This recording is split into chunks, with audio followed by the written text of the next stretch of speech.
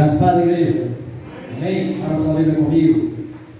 Na carta aos Coríntios, 1 Coríntios, capítulo 11.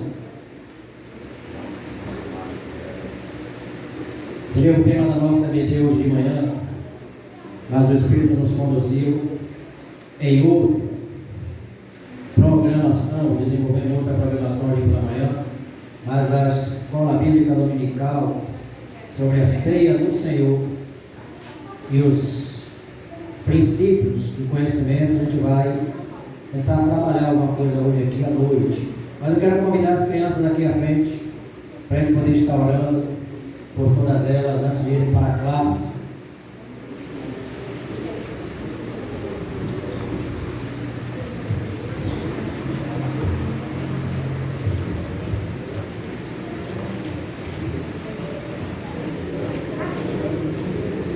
Isso, podem vir chegando para cá, ó. Venha chegar mais um pouquinho. Vão chegando, pode chegar. Vem, Arthur. Amém? Vamos fechar os olhos. Pai eterno, em nome de Jesus, queremos neste momento lhe pedir sua graça, unção e poder sobre a vida de cada uma dessas crianças, que por meio delas o Senhor possa construir um edifício forte e confiável e uma rocha sólida em Cristo Jesus, para que elas sejam bênçãos nas suas casas, que elas sejam um canal de salvação no seu lar, para os seus pais e para toda a sua parentela, para aqueles que ainda não estão no caminho, porque não tiveram um encontro com o Senhor. Unge cada uma dessas crianças com o teu Espírito Santo, derrama sobre cada uma delas o precioso sangue de Cristo. Na autoridade do nome de Jesus, nós as abençoamos com todas as bênçãos celestiais em Cristo Jesus. Amém.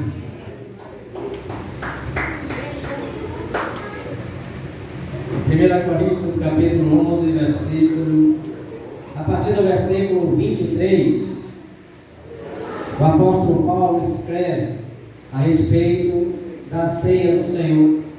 E quando ele escreve a respeito da ceia do Senhor, ele traz alguns princípios, atitudes ou comportamento que nós devemos ter diante deste memorial, diante deste momento que é o culto. A ceia é um culto, porque a ceia é uma manifestação de adoração a Deus, de reverência ao Santo do Santo e ao Senhor dos Senhores.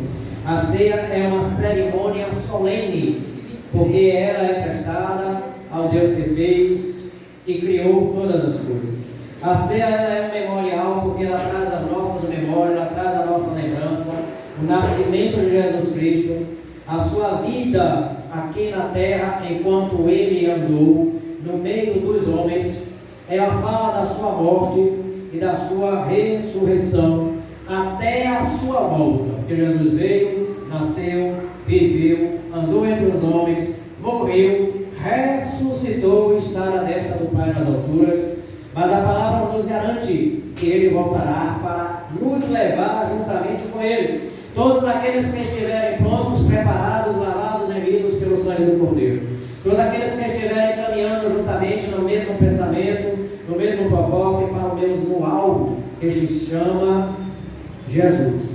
Jesus vem para poder pegar, resgatar e levar a sua igreja, para que não mais haja dor, sofrimento, choro, tristeza, porque aqui nesta terra nós vivemos e vivenciamos tudo isso. Nós temos experiências boas e temos experiências ruins. Nós passamos por momentos de alegria, mas passamos também nesta terra por momentos de dor. Nós passamos por momentos de júbilo, por momentos em que a gente está grandemente contente e felizes, mas há momentos em que nós estamos tristes, estamos abatidos, estamos desanimados. E quando assim nós estamos, nós lembramos que Jesus veio, nasceu, viveu, morreu, mas ele vive eternamente para a glória de Deus Todo-Poderoso e para a alegria dos nossos corações. Por isso a palavra de Deus, o apóstolo Paulo, ele vai escrever no capítulo 11 de 1 Coríntios, porque ele está levando uma direção, uma orientação, um ensino para aquela igreja em Corinto. E ele vai começar dizendo assim: pois eu recebi do Senhor, versículo 23, pois eu recebi do Senhor Senhor, que também vos ensinei. Esse recebi do Senhor, a gente não sabe como Paulo recebeu, mas a ideia que nós temos, a perspectiva que nós podemos alcançar é que Deus revelou a ele a forma como a ceia deveria ser ministrada. Paulo, ele teve um caminhar especial com Jesus. Ele teve uma intimidade especial com Jesus, diferente de todos os 12 discípulos anteriores, que caminharam, andaram, viram, ouviram Jesus, falaram com Jesus e dele receberam instrução.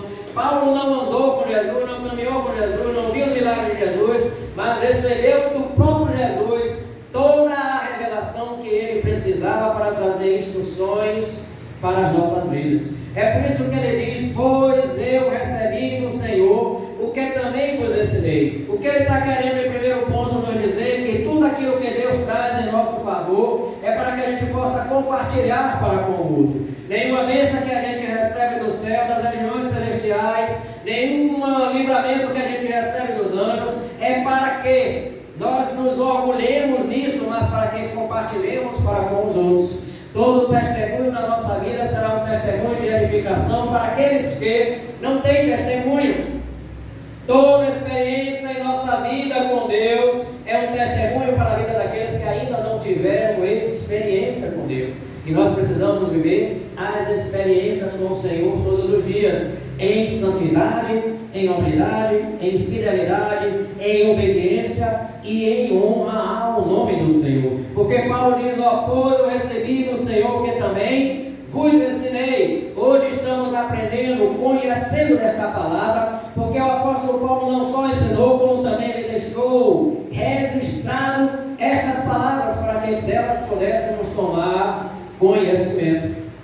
Ele continua dizendo que o Senhor Jesus, logo a gente começa a entender que a revelação que ele recebeu foi de Jesus. Você quer a revelação de Deus? Busque na oração, busque na intimidade, busque na consagração, busque nas noites, busque nas madrugadas, busque no seu quarto. O que é que Jesus diz? Entra no teu quarto, fecha a porta e ora a mim em secreto. Conte os seus segredos a Jesus em secreto. Ninguém precisa saber, ninguém precisa ouvir, mas ele sim, ainda que ele já saiba e ele conheça todas as nossas necessidades, ainda que ele saiba e conheça todas as nossas provações e todas as nossas lutas, ele quer que a gente compartilhe com ele as nossas ansiedades, as nossas guerras, as nossas frustrações. Por quê? Porque só ele tem a resposta para tudo aquilo que a gente precisa.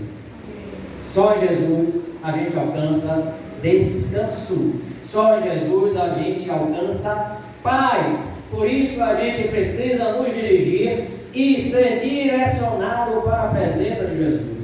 Entrar no nosso quarto em secreto e contar para Jesus tudo aquilo que a gente não tem coragem de contar em público para as outras pessoas, porque seria vergonhoso, seria doloroso, seria humilhante falar e espalhar aquilo que nós fizemos, porque o nosso pecado muitas vezes ele é vil, o nosso pecado é vergonhoso, o nosso pecado ele é algo que é menosprezado ou não deve ser compartilhado para os outros.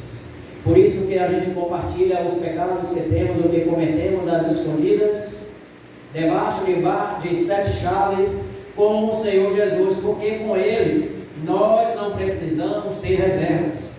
Se a gente guarda ou esconde algo no nosso coração, a gente guarda ou esconde algo no nosso sentimento, a gente guarda ou esconde algo nos nossos pensamentos, muitas vezes a lana dos nossos pais, para não levar a eles preocupação, para não levar a eles ansiedade, para não deixar eles tristes, você pode compartilhar com Jesus, porque Ele vai te ouvir. E mais, Ele vai te responder, porque Ele é o Deus que tem todas as respostas. Glória a Deus!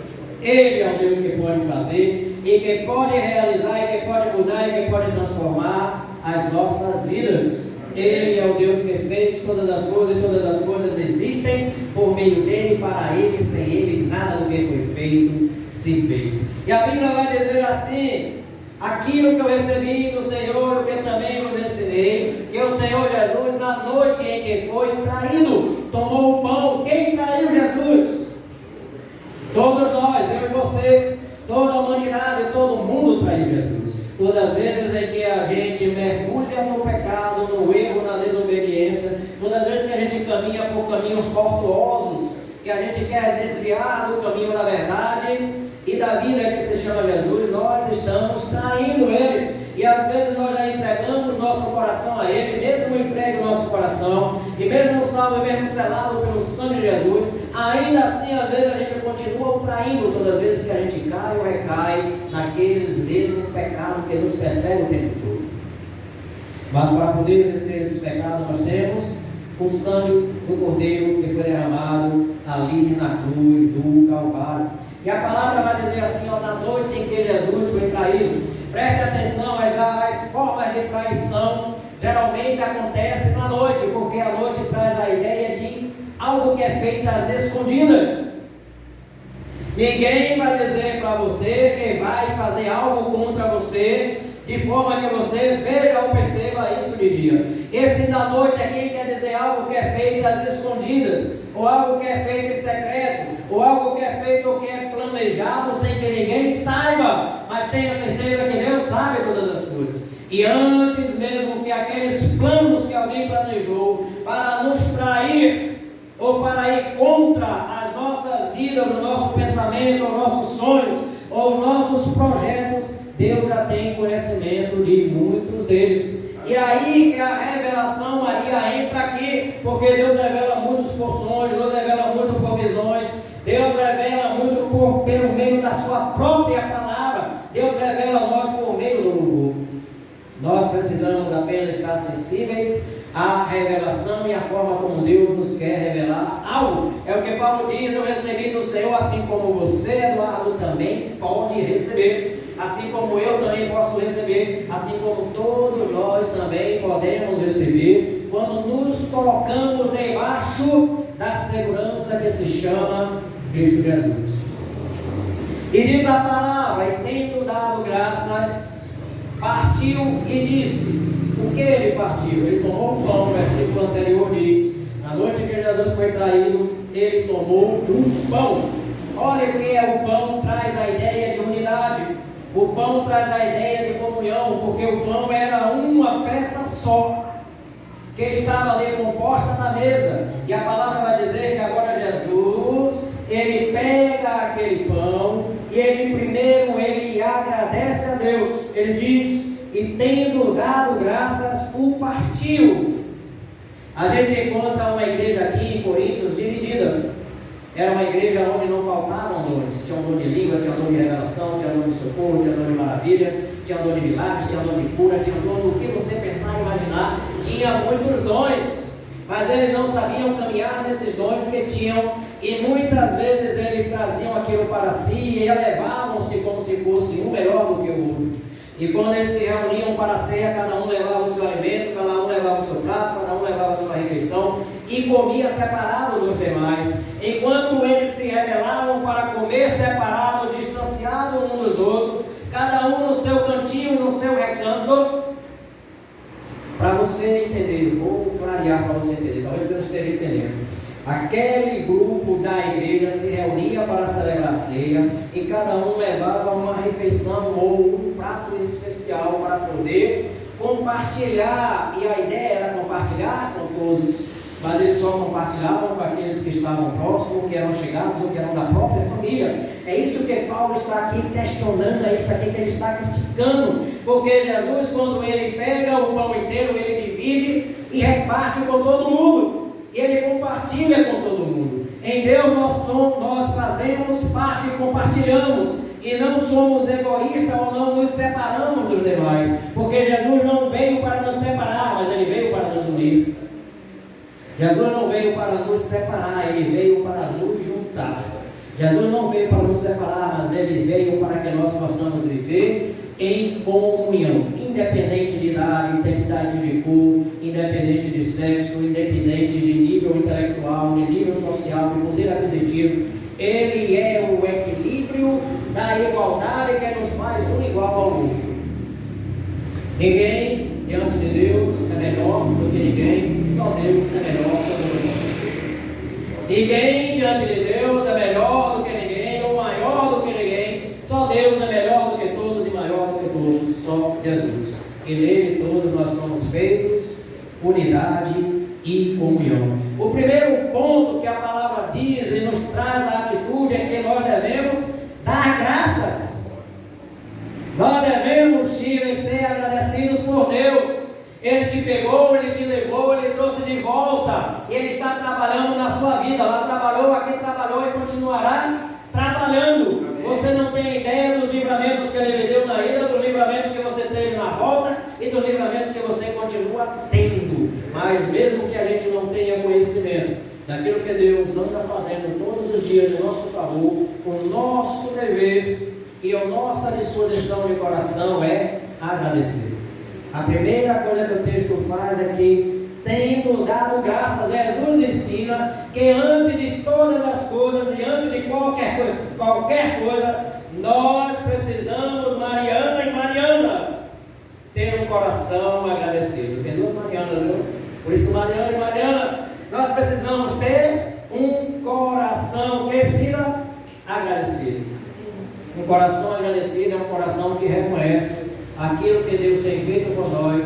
É um coração que reconhece que dele nós dependemos de tudo e para tudo. Que é Ele quem põe o pão na nossa mesa, é Ele que abastece a nossa despesa, é Ele quem paga as nossas contas. Porque se você tem saúde e disposição para poder avançar, é porque Deus está no controle da sua vida. É porque Ele está lhe dando essa ousadia, essa disposição e este fôlego.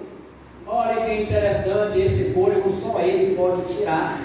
E Ele pode arrancar a qualquer momento. Mas enquanto o fôlego Ele nos dá, é para que a gente possa ter uma vida, Andréia, uma vida em abundância em Cristo Jesus. Primeira atitude, primeira disposição de coração de todo crente, de todo salvo, de todo remido, de todo reconciliado em Cristo, é ter um coração que rende graças ao Senhor. A gratidão é a maior expressão de amor que a gente pode ter por alguém que nos fez um mal ou nos fez um bem. E a ingratidão é a pior coisa. A ingratidão é a pior coisa. Mas não vamos falar de coisas que não sejam boas, vamos falar de coisas que não sejam boas, mas coisas que sejam boas e sejam excelentes.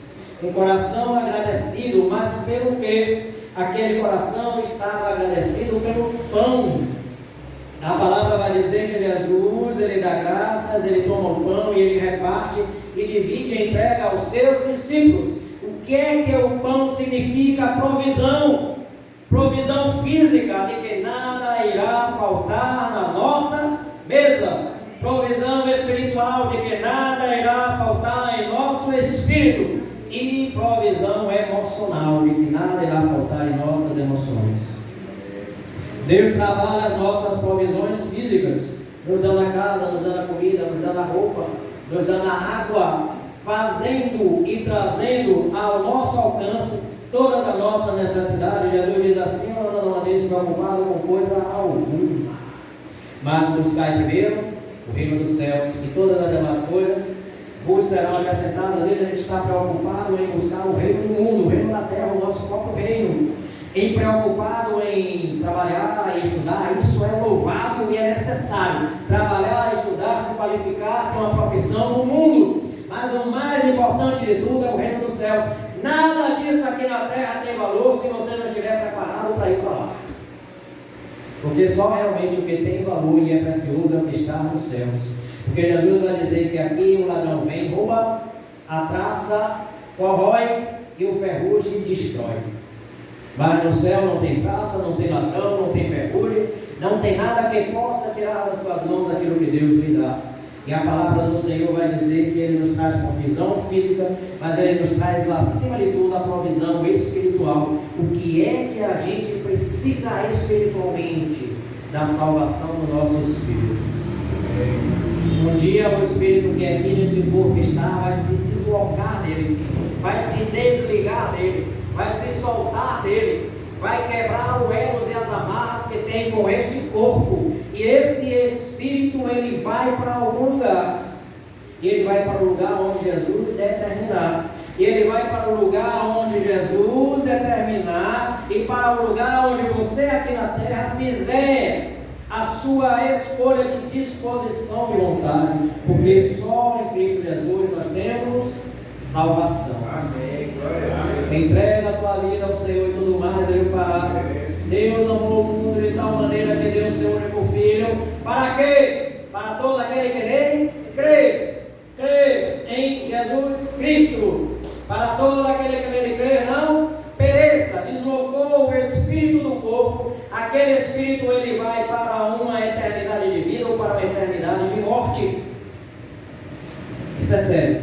Quando o espírito se desloca ou se desliga do corpo físico, ele vai para uma eternidade de vida ou para uma eternidade de morte. O que significa isso, pastor? Uma eternidade de morte é quando aquele espírito vai viver eternamente separado de Deus, longe de Deus, longe da presença de Deus. E a eternidade de vida é quando aquele espírito está ligado, unido ao Espírito do Senhor Jesus, pelo Espírito Santo, e ele vai para a glória de Deus, na majestade do Senhor. E o nosso espírito, para que vá para uma eternidade de vida, precisa estar ligado ao Espírito Santo. E como é que isso acontece? É quando você crê que Deus amou o mundo de tal maneira que deu seu único Filho para todo aquele que nele crê, não morra, não pereça e não fique desligado eternamente, mas receba a vida eterna. Amém. Vida eterna é viver eternamente na presença de Deus. E morte, porque presta atenção, esse corpo vai para a terra, ele vai ser comido pelos vermes, ele vai ser destruído pelo tempo. Em 48 horas ele está se desfazendo, está se desculpando, vamos mudar, né? Ele está se destruindo, se desfazendo, se derretendo. Ele está em decomposição. Por quê? Porque os vermes vêm e começam a morrer. Mas a Bíblia disse que o corpo, quando se separa do espírito, o espírito não morre. Mas o espírito não morre porque ele vai passar uma eternidade junto a Deus ou longe de Deus. Se ele vai passar uma eternidade longe de Deus, a Bíblia vai dizer que lá é o lugar onde o verme não morre e o fogo não se apaga. Olha a diferença, aquele que foi à terra e que morreu, o verme consome ele. Mas quando o corpo já está consumido, na decomposição, aqueles vermes morrem. Mas o espírito que está morto, longe da presença de Deus, Jesus vai dizer que os vermes não morrem e o fogo não se apaga. Isso é sofrimento eterno. Deus quer isso para você e para mim? Não! O que Ele quer? Que a gente se renda diante do seu coração e do seu amor e entregue a nossa vida a Ele, porque tudo mais Ele fará. Amém, glória a Deus. Só Ele é Deus. Mas a Bíblia vai dizer assim, Jesus continua dizendo, tomou o pão e dando graça, a primeira coisa que a gente deve fazer o quê? É dar graça. Ele trabalha também as nossas emoções. Sua mente está meio atrapalhada, sua mente está meio deixando você confuso, sua mente está levando você para lá, está deixando você para cá, está deixando você desesperado, ansioso ou angustiado. Muitas vezes você não sabe o que pensar. A palavra de Deus diz que Jesus ele nos dá a sua paz, e a paz que Ele nos dá excede todo o entendimento, todos os seus pensamentos e todas as suas razões. Entregue a tua mente ao Senhor, e Ele vai controlar os teus pensamentos, e Ele vai arrancar todas aquelas raízes que estão trazendo perturbação às nossas mentes, porque o inimigo ele é especialista em trazer perturbação às nossas mentes, mas Jesus é especialista em trazer paz. Amém. Jesus diz assim, e a paz que eu vos dou, o mundo não dá. A paz que o mundo dá é a paz daqueles que lá longe estão, que tomam ou usam alguma coisa e se sentem eufóricos por um determinado momento, mas depois que passa o efeito da bebida, do cigarro, da droga, do LSD, da maconha, do crack, toda a tormenta, toda a angústia, toda a dor, todo o sofrimento volta. Mas em Cristo permanece. Amém, glória a Deus. Em Cristo permanece, porque a paz de Cristo em nós ela é duradoura. Por isso Jesus ele dá e ele nos concede uma provisão física, uma provisão espiritual e uma provisão emocional. Nós precisamos ter um coração agradecido porque Jesus nasceu, viveu nesse mundo, morreu por nós, levou nossos pecados, ressuscitou e está vivo para a honra e glória de Deus. Amém. Segunda coisa, E a Bíblia vai dizer assim: e tendo dado graça, partiu e disse: este é o meu corpo que é entregue por vós, fazei isto em memória de mim. Em memória de mim quer dizer que nós devemos trazer o que Jesus fez à nossa lembrança. Toda vez que a gente pratica a ceia, ou a gente realiza a ceia, ou a gente participa do culto da ceia, nós estamos relembrando tudo quanto Cristo fez e passou por cada um de nós. E o que Ele passou não foi fácil. Nenhum homem, eu acredito assim, suportaria ou aguentaria tudo aquilo que Jesus aguentou. Eu já tinha pedido a Ele já no primeiro chicotada. Eu já tinha corrido já das primeiras perseguições. Eu já tinha me escondido. Eu já tinha dado um pé clever. Eu ia correr para a casa de cima, eu ia para a minha cama. Me escondia debaixo da cama. Eu ia para o quarto, eu ia para o banheiro. Cadê a chave do banheiro? Trancava a chave do banheiro. Mas a palavra diz que Jesus enfrentou tudo aquilo que ele havia de ter enfrentado: a cruz, os pregos, a coroa de espinho e a humilhação, para que nós não precisássemos passar por nada daquilo. Aqueles pregos eram nossos, aquela cruz era nossa, aquela coroa era nossa, mas ele levou a coroa que nós deveríamos ter levado, porque a coroa, os pregos e o martelo que pregavam aqueles pregos, mais de 20 centímetros em seu corpo, era destinado para os nossos pecados. E os nossos pecados ficou com aqueles pregos ali presos no madeiro, porque Jesus levou todos eles para lá, e lá ele venceu com o seu sangue. É por isso que a palavra de Deus vai dizer que o sangue de Jesus nos purifica de todo pecado. O sangue de Jesus nos purifica de todo o pecado. Jesus estava encharcado de sangue, e aquele sangue que encharcava ele estava purificando todas as doenças e enfermidades que há no nosso corpo. Mas a gente só vê, a gente só pensa, a gente só imagina aquilo que a gente consegue alcançar na nossa visão. Porque Jesus não estava só sangrando por fora, mas ele estava sangrando também por dentro. Havia uma hemorragia interna no corpo dele. A Bíblia vai dizer que lá, quando ele está no monte em oração, a oração dele é tão tremenda, e o momento que ele sofre, ele é de tão dor e intensidade, que as veias no seu corpo começam a se focar, e a palavra diz que ele começa a soar sangue.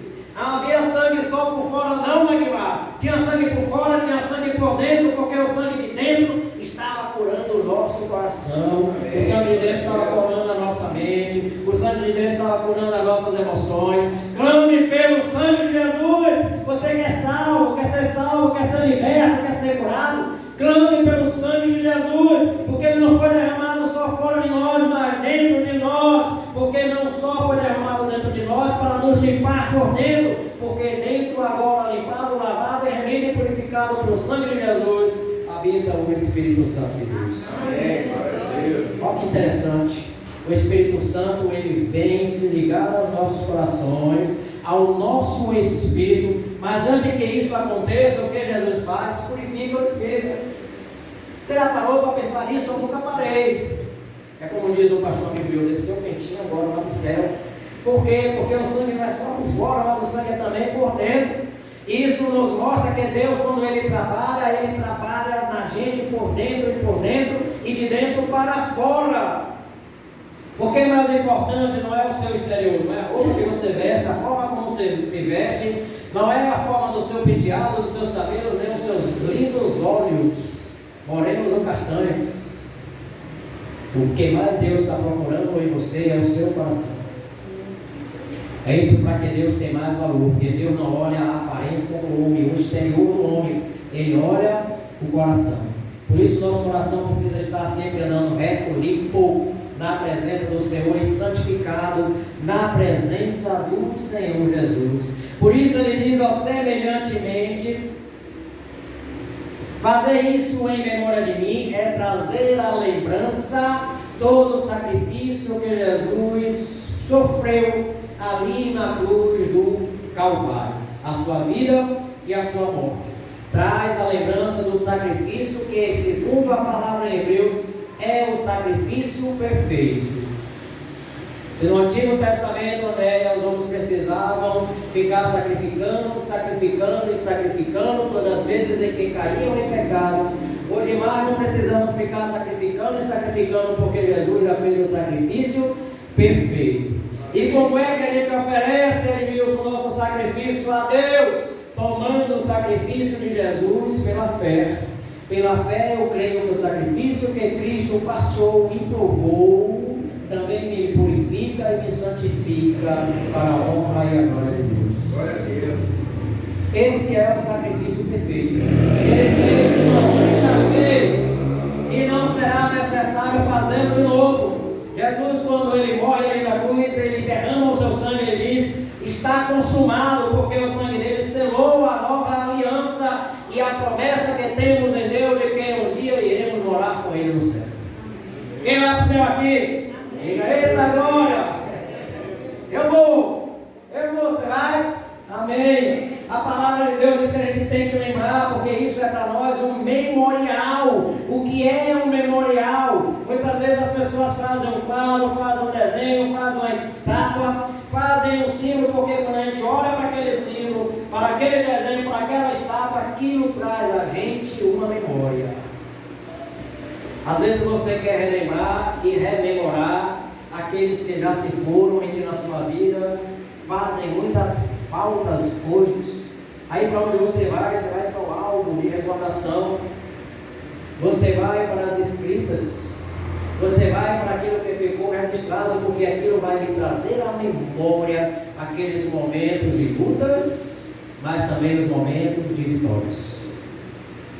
A única coisa que nós precisamos fazer é estar com a nossa mente sempre aberta para trazer a nossa memória. A Bíblia diz assim: trazer a nossa memória aquilo que nos dá esperança. Então a gente tem que trazer sempre a nossa memória. Você está na guerra, está na luta, está na prova. Eu estou, você está? Então o que você tem que fazer? Traga à memória aquilo que lhe dá esperança. O que é que nos dá esperança? Jesus, o Rei da Glória. Amém. É Ele que nos dá a esperança. E a palavra vai dizer assim, versículo 25. Senão a gente não sai dele, né? 25 vai dizer assim, semelhantemente, depois de ser algo, o que é que semelhantemente quer nos dizer? Que tudo quanto Jesus faz, nós devemos fazer. Toda a forma como Ele agia, nós devemos agir. Todo o jeito dele pensar, nós devemos pensar. E todo o comportamento que Ele tinha, nós devemos reproduzir. Fazer semelhante é buscar fazer igual. Talvez a gente não faça com a mesma perfeição que Jesus fez, é impossível, mas a gente precisa tentar. A gente precisa tentar fazer semelhantemente. Alguém lhe machucou, alguém lhe feriu, o que é que Jesus faz? E diz: dê a outra face. Alguém lhe perseguiu, alguém falou mal de você, alguém não quer o seu bem, o que é que Jesus disse? Ora por ele, abençoa ele. Alguém te negou algo, mas ele está com fome, dê comida a ele. Alguém te negou algo, mas ele está despido, ele está nu, ele está com sede, dê roupa para ele, dê água para ele, dê o alimento a ele, dê aquilo que Deus lhe deu para que você possa compartilhar com o outro. Talvez o outro nem necessite, mas você compartilha pela bênção que Deus faz abundante em sua vida. Preste atenção. Quando você compartilha aquilo que tem, Deus vai trazer mais. Às vezes a gente está com o nosso guarda-roupa cheio de coisas que ele não está usando, mas está guardado, ele está guardado. E outra pessoa que está passando frio, que poderia ter aquela roupa, não tem, porque está lá no seu guarda-roupa, trancado, fechado, com naftalina, para não dar aqueles lixos, para não corroer a roupa. Traça, né? Mas está lá guardado, porque somos egoístas. Somos egoístas. Se está sendo útil para você, aproveite o máximo que puder. Se você puder compartilhar, aproveite ainda mais ainda. Porque quando você compartilha, a palavra de Deus vai dizer que Ele, quando faz na nossa vida, Joel, Ele faz. Joel, acertei, né? Isso mesmo, certo. Mas acertei, Joel. A palavra de Deus vai dizer que quando Deus faz na nossa vida, Ele faz de forma abundante e constante. Jesus nunca faz nada nada na medida exata. Ele sempre excede a medida. Menino traz 2 pães, 5 peixes, ou são 5 peixes e 2 pães, ou são 5 pães e 2 peixes, não importa, ele coloca na mão de Jesus, o que Jesus faz? Alimenta uma multidão de pessoas. Ele transforma aqueles 5 pães e aqueles 2 peixinhos em 5.000 pães e 5.000 peixes. Não, em 10.000 pães e 10.000 peixes, porque 5.000 era só o número de homens, porque não se contavam nem as mulheres e nem as crianças. Você já imaginou onde vai um adulto, quantas crianças vão? Pelo menos a gente leva agarrado 1 ou 2 filhos, né? Imagine quantas crianças não tinham naquele meio, quando Jesus faz a multiplicação dos pães e dos peixes. Jesus, quando faz na nossa vida, ele faz em abundância, e a palavra está a dizer que a gente tem que fazer de forma semelhante. Semelhantemente, depois de cear, tomou o cálice, dizendo: este cálice é a nova aliança no meu sangue, fazei isto todas as vezes que beberdes em memória de mim. O que é que a gente aprende aqui agora? Que Jesus, quando ele diz assim, fazei isso em memória de mim, ele está dizendo que a gente tem que anunciar, a gente tem que proclamar, a gente tem que falar, a gente tem que amar o nosso. Igreja, a gente tem que amar o nosso?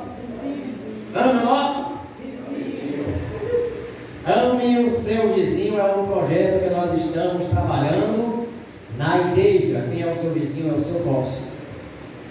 É aquele que está dentro da sua linha ou da sua esfera, do seu alcance de relacionamento. Ame o seu próximo. Nós precisamos trazer à memória a palavra de Deus, anunciar e proclamar o Evangelho, para que todos tenham conhecimento daquilo que você já conhece. O Evangelho, presta atenção, o Evangelho não é algo que deva ser guardado em 7 chaves, pelo contrário, ele é para ser anunciado e divulgado. Ele é para ser compartilhado. Tem coisas que a gente recebe para o nosso uso próprio individual, Andressa, mas tem coisas que a gente recebe para o uso geral de todos. Deus só me deu para você ser um instrumento. Você já viu o que é uma guitarra, um violão, uma bateria, sem alguém que esteja aqui para tocar? Ela está aí parada, está muda, está sem som. Deus deu para que ela seja bênção, mas para que ela seja bênção, alguém precisa tocar. Você precisa tocar o Evangelho para alguém ouvir a voz de Jesus. Você precisa tocar o Evangelho para alguém ouvir a voz do céu. Você precisa tocar o Evangelho e proclamar o Evangelho para alguém ouvir as vozes do Santo. Santo, Santo, Santo é o Senhor dos exércitos. A tua glória enche os céus, a tua glória enche a terra. Foi a visão de Isaías. Isaías estava no templo, e quando a gente no templo está, a gente tem que estar sensível para receber coisas, para poder compartilhar da glória de Deus. Porque quando ela se manifesta, não tem como a gente permanecer no mesmo dia. A palavra vai dizer que nós temos que anunciar e proclamar a morte e a ressurreição do Senhor Jesus. A ceia do Senhor é uma anunciação e uma proclamação da morte, ressurreição e volta do Senhor Jesus. Mais adiante ele vai dizer assim: fazer isso em memória de mim até que eu volte. Mas antes da gente chegar lá, a Bíblia vai dizer assim, pois todas as vezes, versículo 26, pois todas as vezes que comerdes este pão e beberdes este cálice, anunciais a morte do Senhor Jesus até que Ele venha. O que é que isso gera em nosso coração, Valmir? Primeira coisa, vou repetir para você gravar. Primeira coisa que nós devemos ter, que deve ser gerada em nosso coração através da ceia, é a gratidão. Segunda coisa que a ceia deve trazer à nossa memória, Eduardo, é a lembrança. Terceira coisa que a ceia deve trazer ao nosso coração e à nossa mente, Osana, é a anunciação e a proclamação do Evangelho. A quarta coisa que é a palavra de Deus e a ceia do Senhor, esse memorial tem que trazer ao nosso coração e à nossa lembrança, é que em Cristo Jesus há esperança. Quando a Bíblia diz assim, até que ele venha, é porque é certeza que ele vem. E a Bíblia vai dizer assim, ó, até que ele venha. E até que ele venha, ele está fazendo o que com este até? Ele está nos dando tempo para que a gente possa alcançar o até dele, para quando ele vier, a gente também ir com ele. Até que ele venha, é o tempo que eu preciso, é o tempo que você precisa, é o tempo que nós precisamos para nos encontrar em posição, Cida. Porque quando ele chegar, ele quer levar uma igreja lavada, remida pelo seu sangue. Ele quer levar uma igreja imaculada, sem manchas e santa, lavada e remida pelo seu sangue. Até que ele venha, irmã Lourdes, é exatamente o tempo que Deus proporciona a cada um de nós para a gente poder consertar os nossos erros dos passados, sair dos caminhos errados e voltar para o caminho certo que se chama Jesus.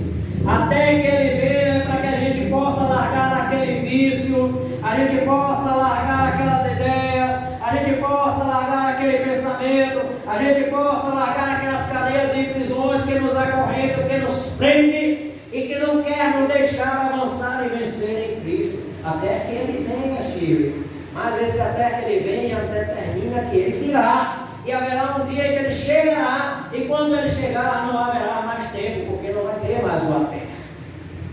Ele chegou. E quando ele chegar, Mariana, a Bíblia vai dizer que é como um piscar de olhos. É como um fechar e abrir de olhos. Aqueles que em Jesus Cristo estarão com ele aqui na terra. Fechou o olho, abriu os olhos, está no céu, nas nuvens, junto com o exército de anjos. Imaginou você junto com o exército de anjos? Você vai achar assim? Acho que você não vai ver se você entrar na guerra, porque você vai ver tanto anjo. Você vai ver tanta beleza, tanta formosura, que você não vai conseguir se concentrar, porque você vai ficar tomado pela excelência da glória de Deus e pela excelência daquilo que Deus fez e criou com os seus anjos. Você tem anjos no céu com 2 asas, anjos no céu com 6 asas. Você tem anjo no céu com uma face, você tem anjo no céu com 4 faces. Você tem anjos no céu com asas nenhuma. Você tem anjos no céu com 2 olhos como você, mas você tem anjos no céu com olhos em todo o seu corpo. É uma coisa estranha, tremenda. Se não for maravilhoso, vai ser pavoroso. Ele vai trazer medo. E o medo que os anjos trazem não é para nós. O medo que os anjos trazem é para o diabo e os seus anjos infernais. E a palavra de Deus vai dizer que os anjos foram enviados de Deus em favor daqueles que haverão de herdar a vida eterna. Os anjos de Deus foram enviados em favor daqueles que haverão de herdar a vida eterna. Ou seja, existe um anjo que Deus enviou em seu favor, Eduardo. Isso não é mais nenhum. Glória a Deus. Deus vai reforçando o exército. Deus vai trazendo mais autoridade. Deus vai trazendo mais poder. Ele vai trazer na medida da sua necessidade e da guerra em que você se enfia. Todo mundo gosta aqui de guerra, né? Vamos continuar aqui. Pois todas as vezes que comerdes este pão e beberdes este cálice anunciais a morte do Senhor até que ele venha. Portanto, qualquer que comer o pão ou beber o cálice do Senhor indignamente será culpado do corpo e do sangue do Senhor. Versículo 18 diz: portanto, examine-se o homem a si mesmo. Esse até que ele venha está nos chamando para esse autoexame. O que é que eu preciso mudar na minha vida para que eu possa sentir a presença do Senhor? O que é que eu preciso rever na minha vida para que eu possa sentir a presença do Espírito Santo? O que é que eu preciso largar na minha vida para poder eu alcançar o perdão de Deus? O que é que eu tenho que fazer para voltar ao primeiro amor? Porque eu entrei no Evangelho, caminhei no Evangelho, pregava o Evangelho, anunciava o Evangelho, mas depois o peso esfriou. A pressão foi tão grande que aquela pressão me abateu, mas eu preciso voltar ao primeiro amor. É isso que a palavra de Jesus está dizendo. Olha, faça um autoexame. Por quê? Porque Jesus está voltando. E a palavra diz que quando ele voltar, ele voltará agora não mais como um advogado. Ele não vem mais para defender a sua causa ou a minha causa, mas ele vem como juiz, ele vem como julgador. Ele vem para bater o martelo e determinar aquilo que já foi proposto desde a fundação do mundo. Para uns lados e outro para outros lados, conforme a provisão do Senhor. Então, o nosso coração tem que se deleitar nessas atitudes. A primeira é ter gratidão, a segunda é ter lembrança, a terceira é proclamar o Evangelho, a quarta é viver na esperança e a quinta é nosso auto-exame. Amém? Feche seus olhos aí. Enquanto eu vou estar orando, você vai estar fazendo um autoexame da sua vida. De tudo quanto você já fez ou realizou até hoje, aquilo que você precisa mudar. Com aquilo que você precisa entregar na mão de Jesus para que Ele traga o resultado e solução. Pai, em nome de Jesus, trabalha nossa mente, trabalha nosso coração, arranca de nosso interior tudo aquilo que não é do seu agrado, leva para longe dos teus olhos e da tua presença tudo aquilo que em nós não agrada a ti. Pai, transforma-nos, muda-nos, nos revivifica, nos faz um vaso novo na tua presença. Que oração que fazemos a ti, em nome de Jesus. Amém. Amém, igreja? Quero fazer um convite para você. Você ouviu a mensagem, você entendeu a mensagem, você quer entregar a sua vida a Jesus? Faça assim. O que é entregar a minha vida a Jesus? É fazer com Ele uma aliança. O que é fazer essa aliança com Jesus? É reconhecer Ele como Senhor e Salvador, único e exclusivo da sua vida. Então, você quer fazer essa aliança com Jesus? Faz assim, ó, levanta a sua mão para onde você está. Você já ouviu a mensagem, você já foi trabalhado pela mensagem, a semente já foi plantada, ela está agora germinando, porque a água foi lançada para a semente crescer. Você quer fazer uma aliança com Jesus? Então, assim, ó, faça levantar a sua mão de onde você estiver. Eu quero fazer uma aliança com Jesus, um compromisso com Jesus. Então, irmão ali, Deus abençoe. Deus lhe cubra com o sangue do Cordeiro. Tem mais alguém? Você já fez essa decisão, mas você se desviou dos caminhos do Senhor. Você andou por caminhos erros. Mas agora você entende que é a hora de voltar. Você entende que agora é a hora de dar continuidade naquilo que você começou. Porque a palavra diz que Jesus, Ele irá realizar a obra que Ele começou em nós. É Ele quem vai concluir a obra na sua vida. Não depende de você só depende de entregar a sua vida. Você se desviou, saiu do caminho, mas quer se reconciliar. Faça o mesmo sinal assim. Levante sua mão. Não tem ninguém? Então vamos orar por aquele irmão. Vem cá, meu irmão. Traz ele aí, Eduardo. E aqueles que vão participar da ceia do Senhor, fiquem em pé. Para você poder participar da ceia do Senhor, você precisa ter comunhão com Deus, em comunhão com a sua igreja, em comunhão com você mesmo e ser batizado. Você é batizado, está em comunhão com Deus, com a igreja, com você e com seus irmãos. Então você pode participar da ceia do Senhor. Amém?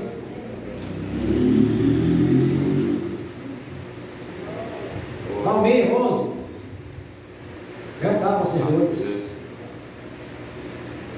Vocês vão estar hoje fazendo a distribuição dos elementos da ceia, ajudando a gente nesse momento precioso. Amém. Tira sua mão para cá. Como é o nome dele? Roberto? Pai, em nome de Jesus, aqui está o Roberto entregando a vida ao Senhor, fazendo contigo uma aliança eterna, porque ele entendeu e reconheceu que sem o Senhor nada ele pode fazer, mas que em ti tudo será feito para a honra e a glória do seu nome. Sela o nome dele no livro da vida, escreve com o sangue precioso de Cristo, o sangue que foi derramado ali na cruz no meio. Pai, em nome de Jesus, cerca o Roberto com os seus santos anjos, e que em todos os seus caminhos ele possa ser cuidado e livrado pelos anjos do Senhor. Receba a nossa oração, pois fazemos em nome de Jesus. Amém. Amém? Pode sentar, Roberto. Vamos estar cantando? Espírito Santo, ore por mim, leve a Deus tudo aquilo que eu preciso. Espírito Santo,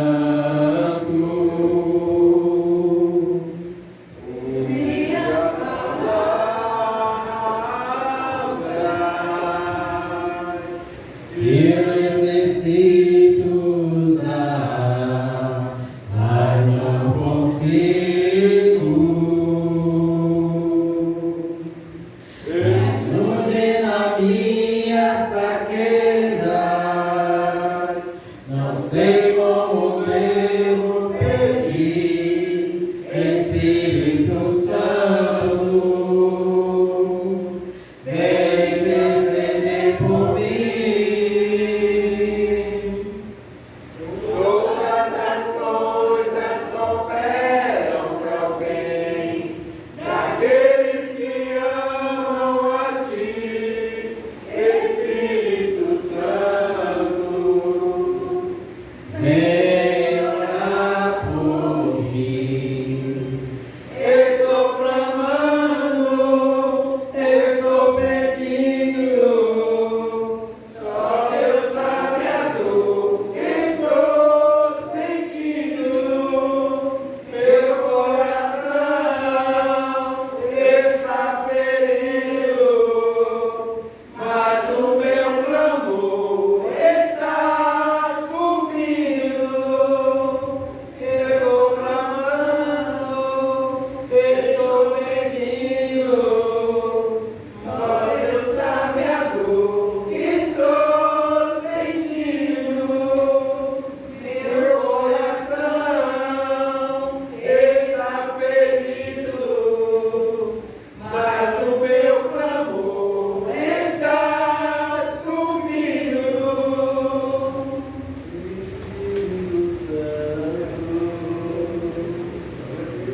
Ore por mim, leve a Deus tudo aquilo que eu preciso. Espírito Santo, use as palavras,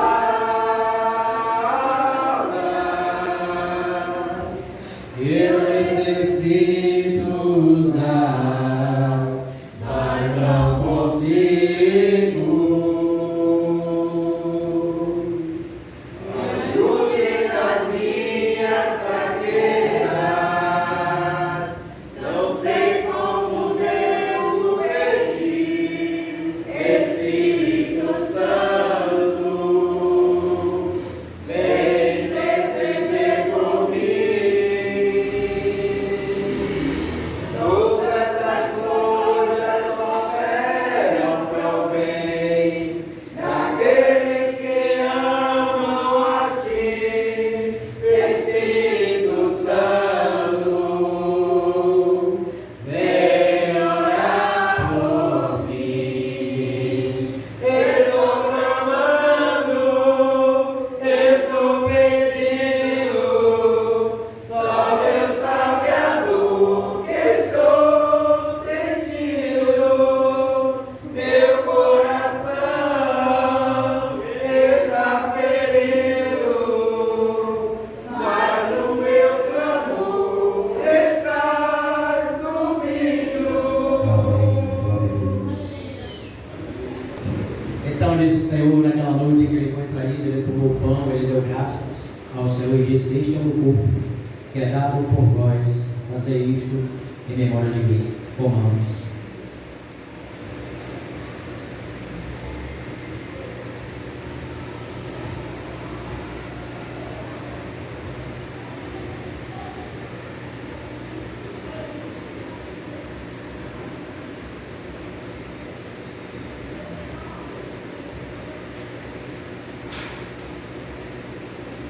Semelhantemente, depois de cear, tomou o cálice, dizendo: este cálice é a nova aliança no meu sangue. Fazei isto todas as vezes que beberdes em memória de mim. Bebamos.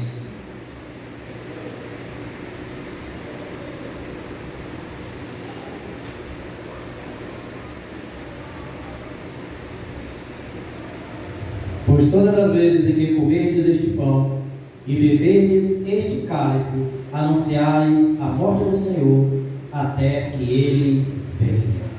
Vamos dizer comigo? Maranata! Ora vem! Senhor Jesus! Só a igreja agora.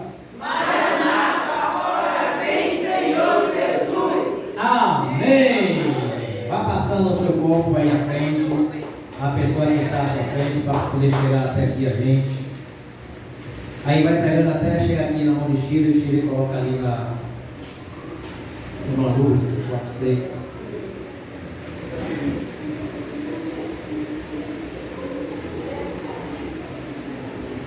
Estenda a sua mão cá para frente. Coloca aí. Não perder a bênção. Estende a mão para frente.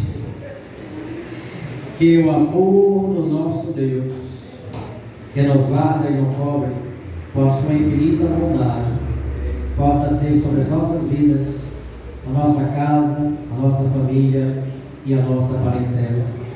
Que a graça preciosa do Senhor Jesus, que cuida de cada um de nós, possa ser a convicção e a certeza de que um dia estaremos com Ele no seu reino, e que a doce esperança e consolação do Espírito Santo seja a nossa convicção e certeza diária de que Jesus voltará e que nós repartiremos com Ele para a glória de Deus. Em nome de Jesus.